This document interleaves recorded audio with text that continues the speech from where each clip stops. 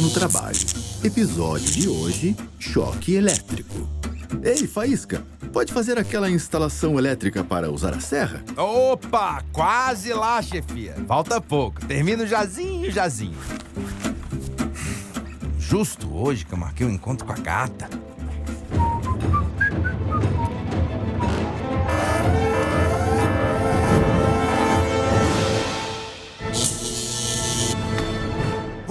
Mas eu ia tomando um chocão, ó.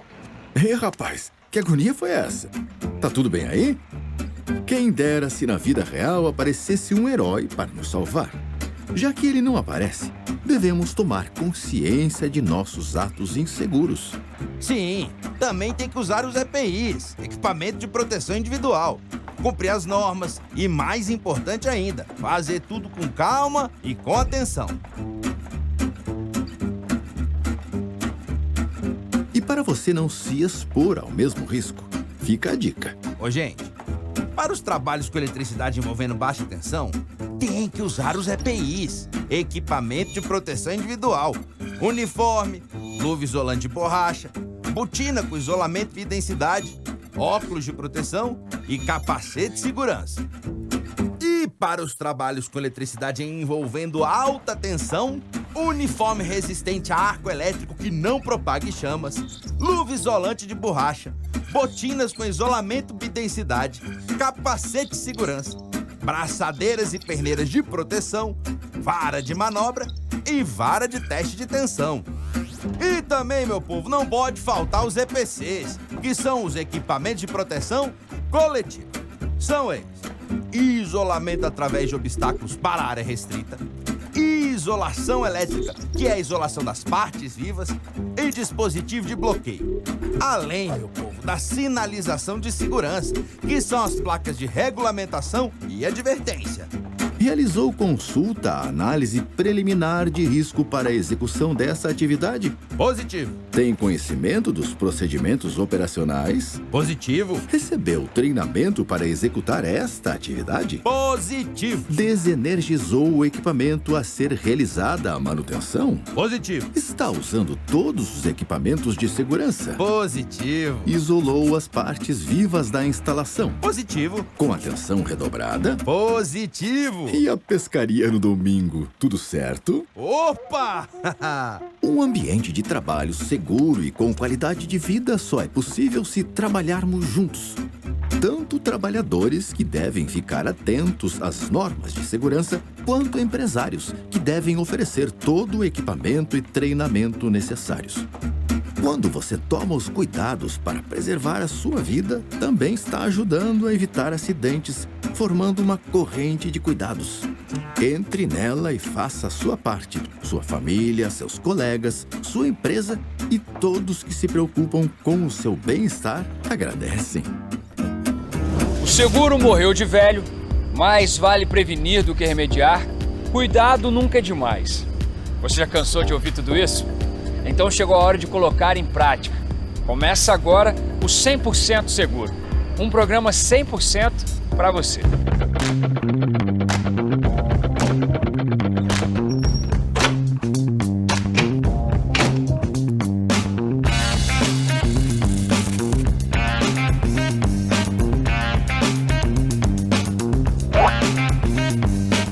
Hoje nós vamos conhecer a norma regulamentadora número 10 do Ministério do Trabalho e Emprego. Ela fala sobre segurança em instalações de serviços em eletricidade. Anota aí as orientações e medidas de socorro e os trabalhos de manutenção. Ambientes com eletricidade têm dados para lá de chocantes. E os acidentes acontecem muitas vezes por falta de atenção. Se liga, o perigo é de morte por choque elétrico ou de acidentes com marcas para toda a vida. Na hora do trabalho com eletricidade, seu anjo da guarda tem nome. A NR10 existe para proteger você. Ela define os critérios para os trabalhos seguros e tem informações sobre esquemas unifilares, prontuário, procedimentos, inspeções, treinamento e especificação de SPCs e EPIs. Todas as unidades devem manter atualizadas os esquemas unifilares de suas instalações elétricas. Lá estão as suas especificações, sistema de aterramento e equipamentos de dispositivos de proteção. Fique esperto! As unidades com carga instalada superior a 75 kW devem fazer parte do prontuário de instalações elétricas e ainda mantê-lo. Nele ficam definidos procedimentos e instruções de segurança e saúde. Também é preciso especificar os equipamentos, tanto ferramentais quanto de proteção coletiva e individual. E ainda reunir a qualificação, habilitação, capacitação e autorização dos trabalhadores e os seus treinamentos. Mas não pode faltar a permissão para trabalho. Para terminar a lista, não deixe de fora os resultados dos testes de isolação elétrica em equipamentos de proteção individual e coletiva e as certificações dos equipamentos e materiais elétricos. Mexer com eletricidade não é brincadeira. Para pegar no batente, só trabalhador qualificado. Vai precisar de curso específico sobre a NR10, com o reconhecimento do Sistema Oficial de Ensino. Já o profissional legalmente habilitado precisa ter registro no Conselho de Classe. Aqui, o trabalhador capacitado é quem bota a mão na massa, ou seja, ele foi treinado e orientado pelo profissional habilitado.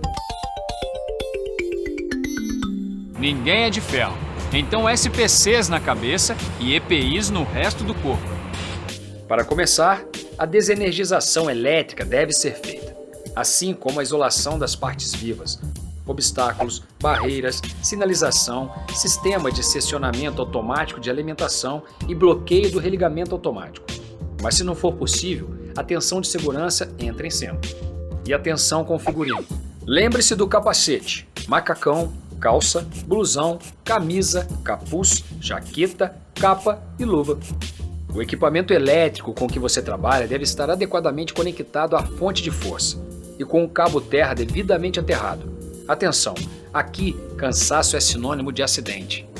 Para testar partes vivas de circuito energizado, nada de colocar os dedos, tem outras formas mais seguras. E nem usar fios e tomadas em mau estado ou muitos adaptadores. E vai precisar de sinalização de segurança para avisar sobre riscos elétricos, mas nem pense em trabalhar com roupa ou corpo molhados. Se alguém levar choque, segue uma lista de dicas. Antes de tudo, desligar a alimentação do circuito elétrico. E ao invés de afastar a origem da eletricidade com as mãos, use objetos não condutores, como cordas, materiais de madeira seca, borracha ou plástico e roupas secas.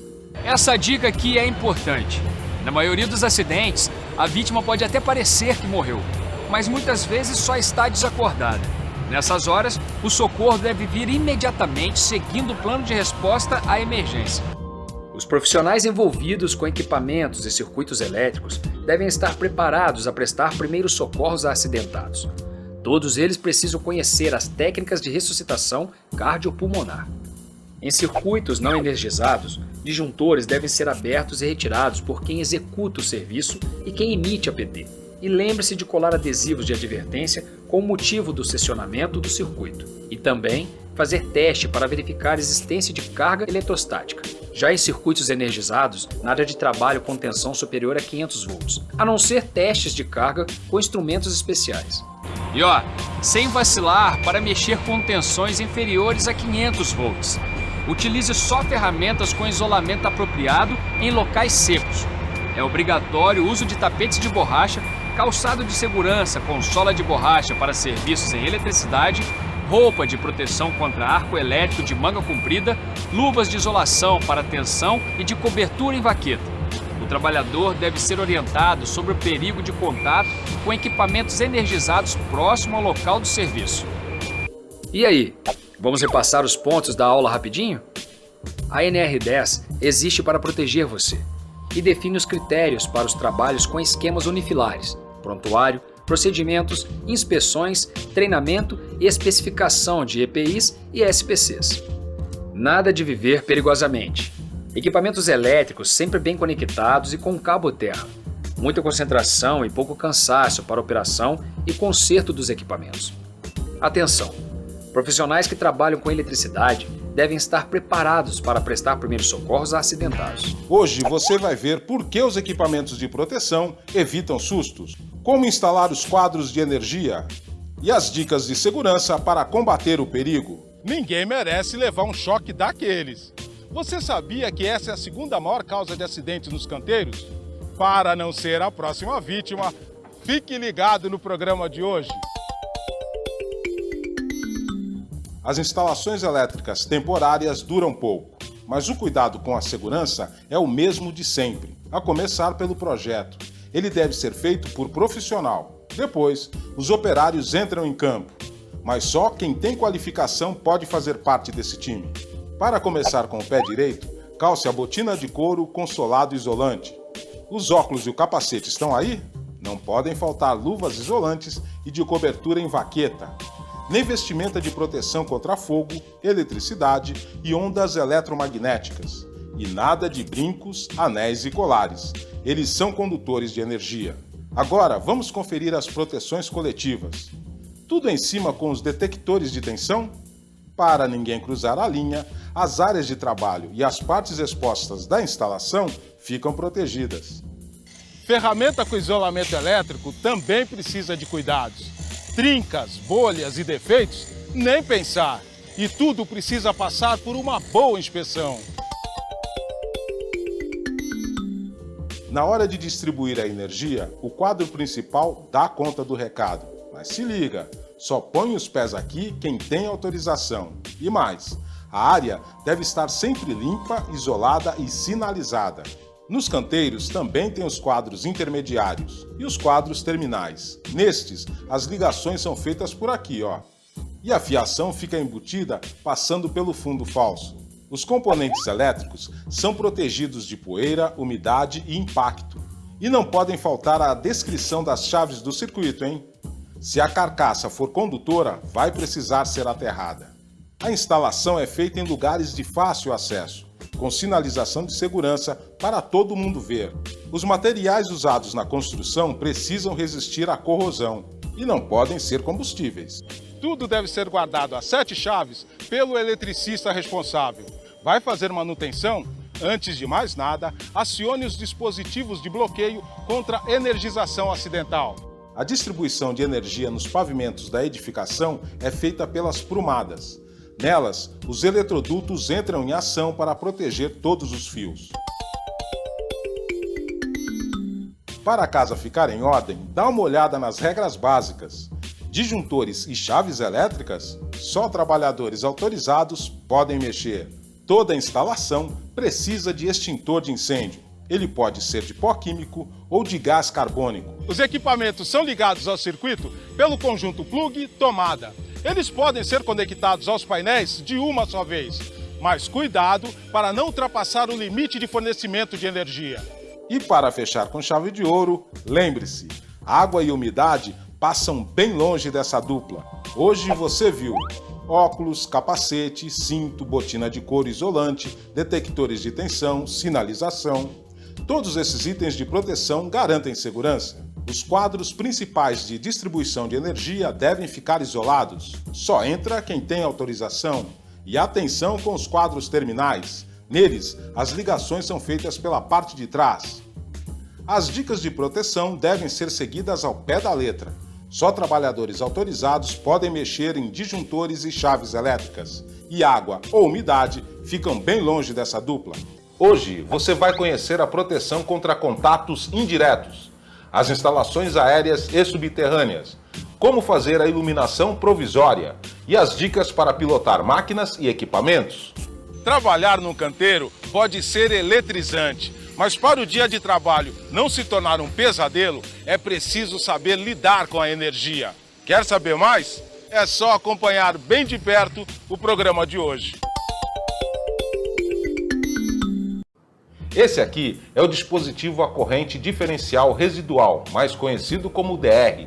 Ele age direto na proteção de corrente de fuga e é dividido em transformador toroidal, disparador para converter grandezas elétricas em grandezas mecânicas e mecanismo móvel com os itens de contato. Daí, a energia passa longe e todo mundo fica são e salvo.